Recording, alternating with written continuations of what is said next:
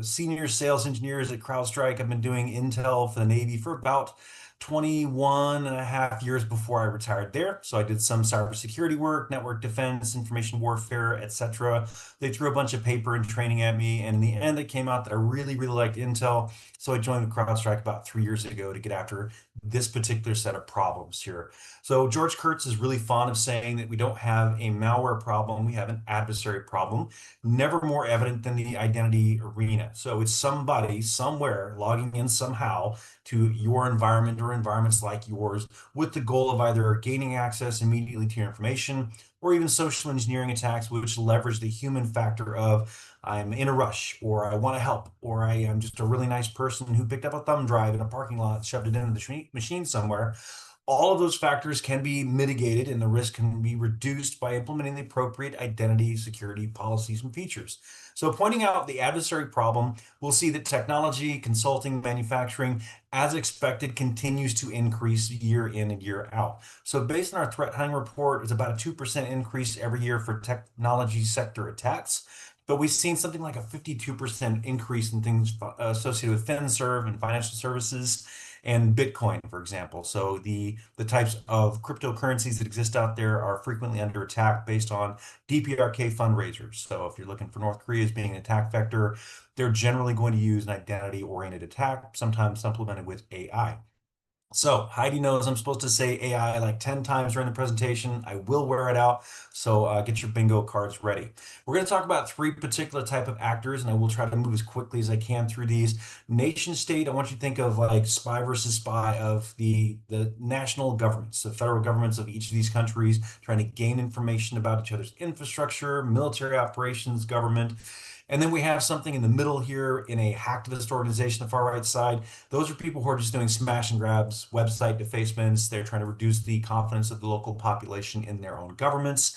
Might probably remember the attacks back in Georgia, the country, not the state, where Russia defaced the websites to make sure that people were scared and they didn't trust their government's information postings.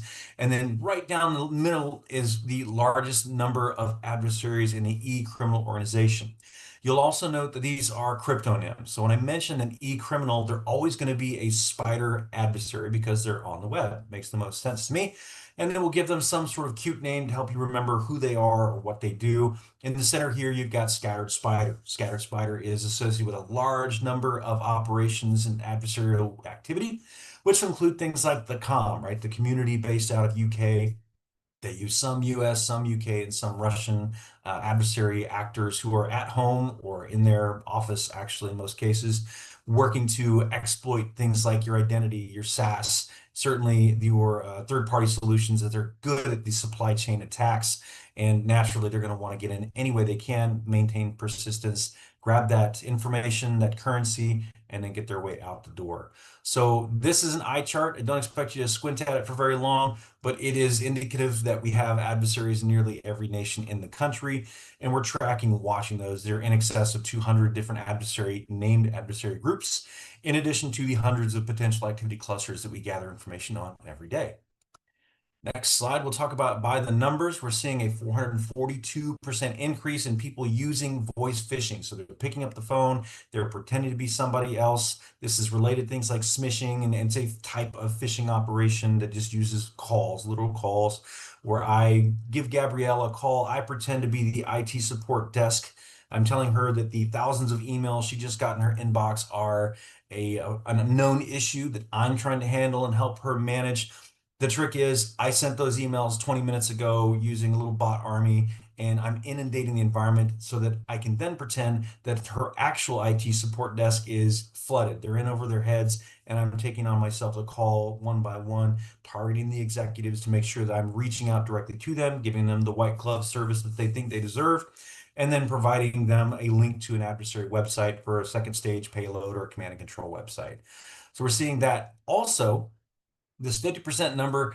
And I think a really great Okta quote or statistic I saw today from the SNL website is we're seeing about 66% of the stolen credentials being posted for sale are within 24 hours of harvest. So somebody has gone out and grabbed them. It might be something simple like an LSAS dump. There may be a more elaborate heist that somebody went into a domain controller, pulled everything, or a SaaS provider and ripped all the credentials they could. And then they post those on the data leak site. So they are fresh and they're useful. They're very inexpensive to purchase and procure. So if I want to skip steps 1 through 4 out of my 10-step attack, I'm going to buy credentials because it's just not worth my time to try to cut keys. I can buy the key from somebody else, and that saves me a lot of time, effort, and infrastructure requirements that my small hacker organization may just not have. So lateral movement is very, very fast. So once I'm in the organizations and the critical infrastructures, it takes me about 51 seconds is the fastest breakout time we've observed over this past year. And we're seeing an average breakout time between 40 and 50 minutes as an average. So there is the lightning speed, 51 seconds, and then there is the average speed of about 45 to 50 minutes or so. And then hands-on keyboard. So they are not simply going after the file-based attacks. It's not the PDFs or the EXEs you're seeing emailed out. It is people using hands-on keyboard or behavioral attacks instead of just the simple hashes and signatures we're used to.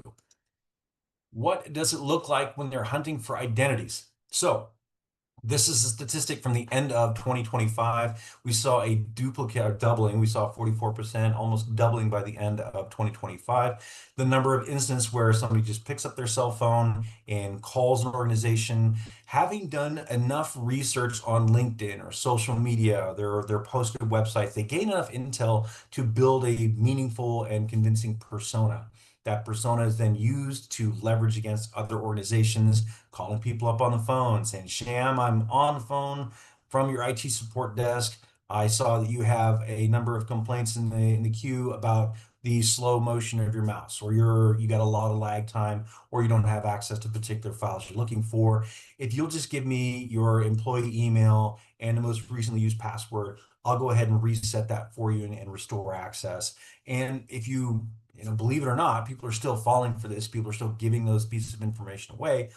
But we're also seeing much more complex leverage of both social engineering and technical means being leveraged by scattered spider adversaries.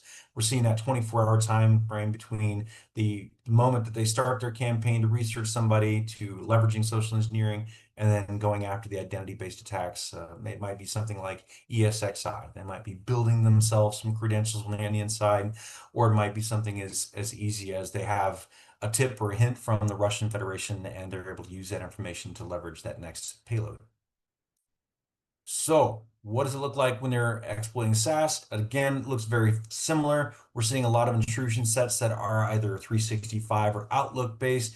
It's a matter of stealing those credentials. It's if I have an SSO or if I have a third-party SaaS that I log into that doesn't require things like MFA or extra authentication, I'm then inside the organization, and we've seen adversaries last year sort of move from one SaaS-based database to another. And we're seeing a lot of these unstructured cloud database attacks are being launched by not only Scattered Spider, Curly Spider, and a number of other adversaries who are very cloud savvy. So Scattered Spider access here, you can see the timeline is at 0 minutes. They are first successful in authenticating a compromised account. So they've either got the credentials or they popped the box somewhere. Maybe it was an unmanaged machine. Somebody logged in at a coffee shop and they were able to harvest those credentials that way. Next, they registered their own device for MFA. So if I want to get inside the MFA chain, then I will call or beg or borrow or steal. It used to be SIM swapping was an easy way to do it, where I would spoof that number of my handset and or device. And once I've inserted myself in that MFA chain, if the user or the adversary requests access or tries to log in and MFA is enabled, it sends it to that device. If I'm already inside that notification chain or authentication chain for MFA, I'm in. And that's all there is to it. It could be also something as simple as I use an MFA exhaustion attack. At 1 o'clock in the morning, I start hammering away at Heidi's MFA. It's 1, 2 o'clock. Maybe she thinks it's her alarm clock for the morning wake up and just hits yes to make it go quiet again because they're tired of that cell phone going off over and over and over again. Then we pivot. So once we're on the inside, we pivot to those 365 applications. We're deleting notifications to make sure that Heidi doesn't wake up to a bunch of authentication logging events that say, hey, you logged in at 1 a.m. or 2 a.m. Because if there's no evidence of it, maybe not even aware that it's happening, and it allows the adversary to stay persistent just a little bit longer. And then on the way through, of course, they're looking for SharePoint credentials and then Entra bulk ID. That's at the end. They're harvesting more credentials for later use or sale. access brokers made a lot of money. So as a leapfrog, and this will be something I kind of walk very quickly through, cross-domain attacks are where it starts in one arena or area that might be identity, that might be endpoint or cloud, and they're moving around inside of those environments. This requires them to be savvy or at least have multiple teams who are capable or confident or competent for that matter in things like the domain controllers or how to run Active Directory. Maybe they've got an ESXi or VM team. They might have somebody that's really, really good with SaaS, or they're very talented at the 365 administrating. There are teams on Scattered Spider, for example, that are HR, they're linguistics, they're financial, they're actually tech support for adversaries, and they've also got tech support for victim sets. So if I pick up the phone and I realize that I've been breached and I call the notepad that's been left behind on my compromised box, they'll have somebody on the other end who can teach me how to build a crypto wallet and then move currency to the crypto wallet and then transfer that to get the keys back to my own information. And of course, that breach is always going to involve three and usually four different levels of adversary harvesting a ransom. So once it's to get your key to unlock your data. Two, it's to remove your data from the data leak site. Three, it's to delete the data that I might already have as an adversary so I don't repost it. And then four, it's another one of these, so you could buy an insurance policy. If a little bit extra money, I won't come back and breach your organization again. I'll move on to the next thing. So there's a lot of money to be made in harvesting, not just the first ransom or the second, all the way through the fourth. And there are things like leverage points that I've seen the adversary use a couple of years ago. They victimized an organization. They didn't get everything that they were hoping for in a timely manner. So they reported the victim organization to the SEC, who had recently passed a law that indicates organizations have something like 72 hours to report a breach. They use that to punish and embarrass the organization and to make sure that everybody knew that if they didn't respond quickly, the same sort of thing can be expected. So it's a pretty dirty move using both lawfare and awful warfare. Blockade Spider is another one that uses that initial access. So this is almost always initial access based on stolen or recently compromised credentials. Reference that octa%, 66% are fresh credentials. They might be username, password, and sometimes it's a simple, like the structure of your username is first name dot last name at company. So it's not hard for somebody to see your email being posted as a contact on LinkedIn, for example, and then pivot and know I guarantee this person's login is probably going to be either first initial last name or first name dot last name. And that's where they sort of hammer away at rainbow tables, or maybe they've got some password compromises, or maybe you're a member of the large audience of people whose information was compromised last year, where a password that you really, really enjoy, you loved it, it was hard to create, it was 14 characters with two capital, two lowercase, two numbers, two special characters, a phoenix feather and a drop of unicorn blood. Really great password, but you use it for everything. You use it for Gmail, you used it for your Outlook. Before that, you used it for Earthlink, whatever Earthlink was, or maybe you have reused that password a number of times, or with predictable permutations of adding number one, adding number two, adding number three. The adversary knows that, and it doesn't take them long to get at that password because they know when you're off work, they know when you're taking a weekend, they know when you are on holiday, and they'll use that information against you to pivot all the way through here to disrupting endpoints, using lateral movements, defense evasion, collection, and then persistence on down the line. So the adversaries, like them, like to use pivots everywhere they can because that's part of the bread and butter of that cross-domain attack is they're able to land one place and then expand their operation throughout your organization. All right, anybody scared yet? Everybody's scared. That's good stuff. I will breeze through cloud savvy conversation here. Those adversaries are known to us, right? We understand that everybody who is looking to improve or increase the profit margin, the efficacy, the reach of their organization, you're going to have to adopt a cloud solution of some sort. So whether that's AWS, Azure, GCP, or OC, and Oracle's great. We're going to see a lot of the adversaries follow the herd. So they're going to follow to the next watering hole and continue to get at those access points. And this, again, it will almost always start with somebody gaining access to a container or a K8's environment because poor management or admin. God forbid you're using admin. Admin is your password and login, but people are still doing it. And then things like abandoned projects. If it's been opened and it's out on the internet, it's outward facing, it's not hard for them to gain access through it and make their way into your organization. And password spraying continues to be one of those super effective methodologies because it doesn't cost much to run a password spraying attack. All right. Same adversaries. It's a matter of scale. Everybody is going to the cloud, so that's where the money is going as well. This one's a little bit more of an eye chart here, but it sort of points to the idea that threat actors are more frequently using and establishing beachheads inside of cloud-based environments. And generally speaking, that just has to do with poor security protocols for those containers or misconfigurations, or Forrest had admin privileges when really he didn't need admin privileges. He was just a standard user, and maybe that same password setup is a problem, right? All right. Generative AI, it's not a sales call of any kind if you don't talk about AI, but we've certainly seen how people are abusing their own AIs, the rise in use of DeepSeek as an information collection pathway for other state-sponsored governments are generally being used to shorten the stroke. So AI is not attacking you yet, but it is very easily moved or pivoted or utilized as a tool to give adversaries access to your environment. And in the slide that we'll talk about next here, we're actually going to discuss how AI was used to get a company, many companies, to send laptops to the adversary, not just access. So what does it look like in practice? It looks like me creating a job opportunity on LinkedIn, and I have a number of really good candidates. The most prevalent job role that people are hiring for right now happens to be coders. There is nothing better for coders than an AI that can tell you how to write a particular script or make your job easier.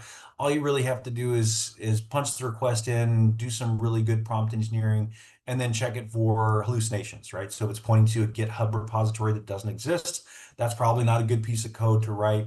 But I can also use it to get myself hired. I can get a job. So if I'm using AI, I can answer the questions more easily during the tech interview. I can make a really good looking resume that fits exactly the job description and role that people are looking to fill at these organizations, these companies. And then once it's time for the interview, I can use a filter to make myself look like somebody else. I can also reach out and do another social engineering attack on LinkedIn and find people who represent themselves as coders and say, I really need to borrow your identity. And for a cut, I'm going to run this little operation you don't have to know much about, but they're going to send you a laptop and you just plug that thing in, you keep it networked, maybe you run caffeine on it to keep it awake, or use a mouse jiggler to keep it on and alive. And it looks a little bit like one of these three scenarios is either I am going through the interview and I'm getting hired, or I'm getting somebody in the United States or in the target companies within their borders. I get hired there and I get them to send a laptop to my cohort, right? My collaborator in the adversary universe. Once I've got that job or once I have that laptop and it's networked to me, then I do just enough not to get fired. So it might be a small menial task, a little bit of coding here and there. It's easy to use AI to do just a little bit more than the bare minimum. I'm never going to be employee of the month, but I can hold down three or four, maybe more jobs by using AI to accomplish tasks on time to maintain literal persistence inside the organization. And I'm also collecting a paycheck, which is not bad, right? So if I'm an adversary organization that's got that initial access, whether it is just to the environment itself or to the laptop and the resources, and then on the far side of it, those applications, making sure that my resume looks good and I've created a very convincing network or persona that the adversary then uses to get hired. So that one it's fascinating to me because it is a modern use of AI. It's a modern use of social engineering. And then there's a technical aspect to it because those same LLMs are being used to create resumes, to write good emails, to make your language sound more natural. So it's not like do you remember the Ivory Coast emails you used to get where like the barrister wants to transfer millions of dollars for a prince who has just been orphaned and they can't do it. And you can tell that the English is weird or that the native language doesn't seem to match up. They're missing idioms or just, it doesn't feel right.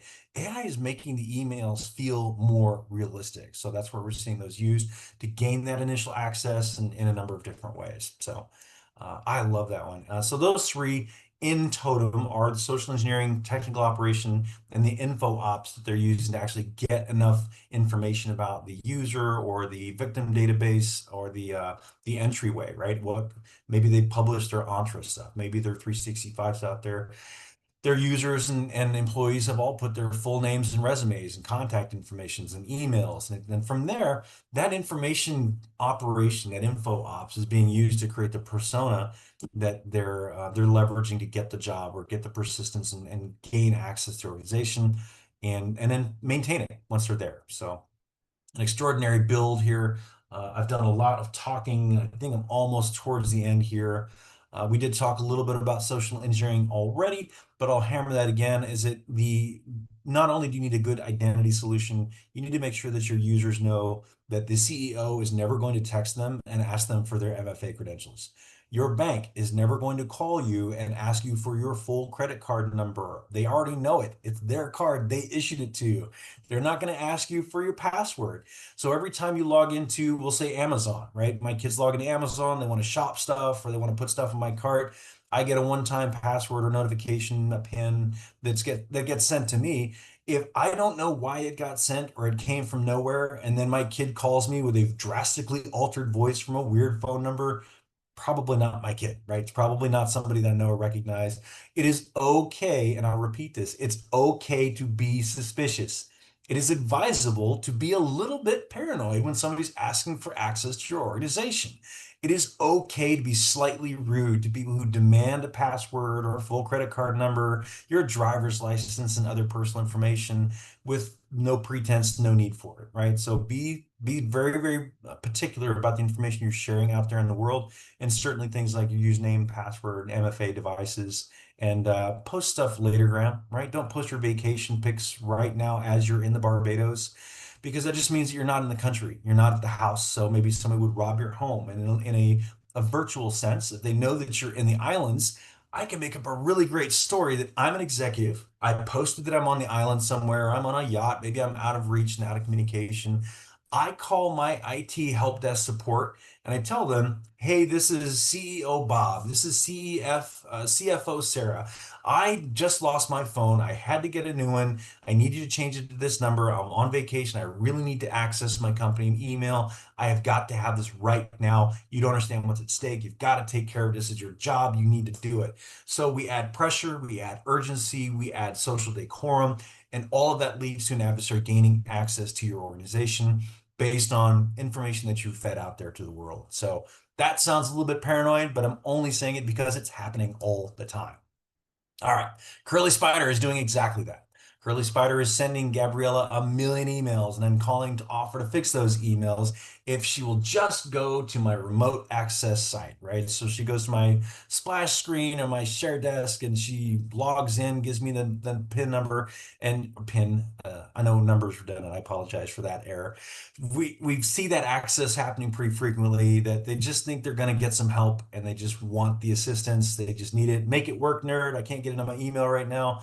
And that's sort of a redundant and recurrent attack. And we see the same thing happening with Plump Spider in Brazil, for example, doing the same sort of thing. We're sending emails and then we're offering to fix the problem, and then we're inside, and then we launch that stage 2 or 3 or 4 payload. Briefly talking on vulnerability, same sorts of issues. Those vulnerabilities can exist in identity land. They can exist on the endpoints, servers, anywhere you want them, not just human vulnerabilities, but things like chaining those exploits and realizing, hey, that 0 day that got announced 3 years ago never really got patched. We're not on the scale that we thought it would. Somebody thought, well, I wonder if I can apply an AI or an LLM to create the exploit or modify my Cobalt Strike just enough that can take care of or take advantage of an older vulnerability or even a 0 day in a much more rapid fashion than times past. It is absolutely a race to the clock. The uncovering of a 0 day like Clio, we saw that it was exposed, and it took just less than, it looks like a month and a few days to actually start exploiting that. And we'll continue to see that time like Clop, and also known as Graceful Spider, will take advantage of those 0 days very quickly. They've adjusted their behavior accordingly. They're moving faster. They're not encrypting data anymore. They're just smashing and grabbing and leaving with it, and then ransoming you for the data and putting on their data leak side. So that continues to be effective.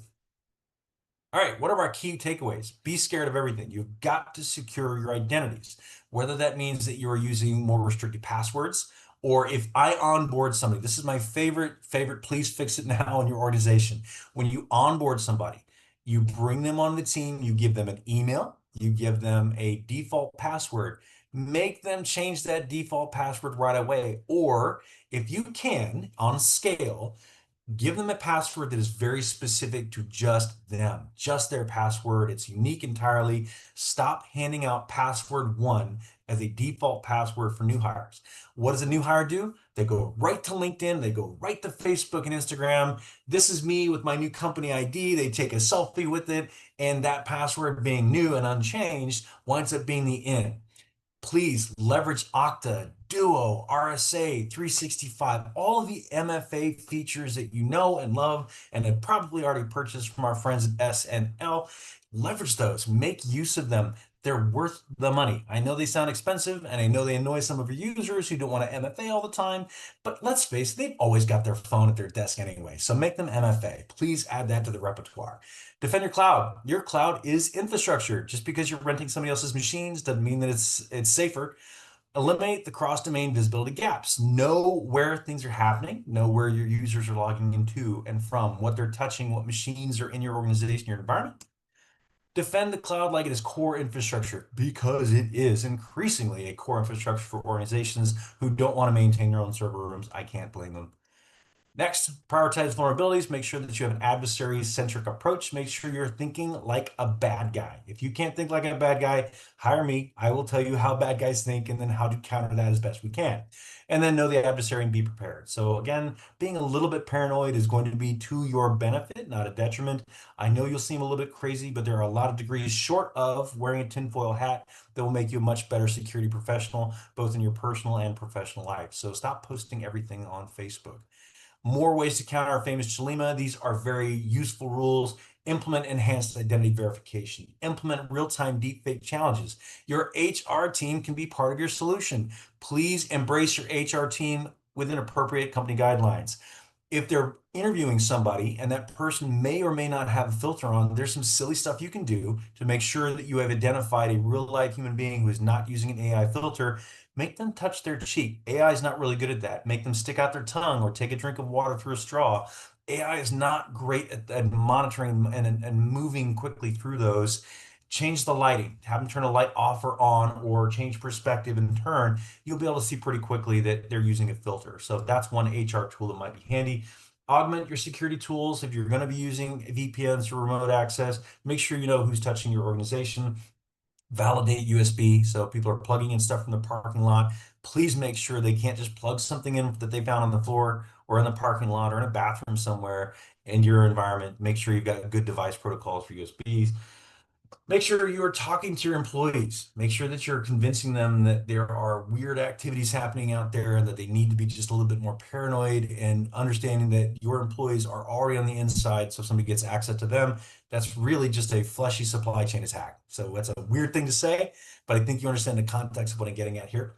And then create the training programs that make sure that people understand how important it is. So do your phishing email trainings, do your access if you're live and in person, to make sure that people aren't piggybacking behind each other at the badging or at the doors or the in stations and other ingress and egress points. So I think that's everything that I have for you on here. We've got a number of hygiene risk reviews that we can make available for you by way of our friends and partners over here at SNL. So I think that's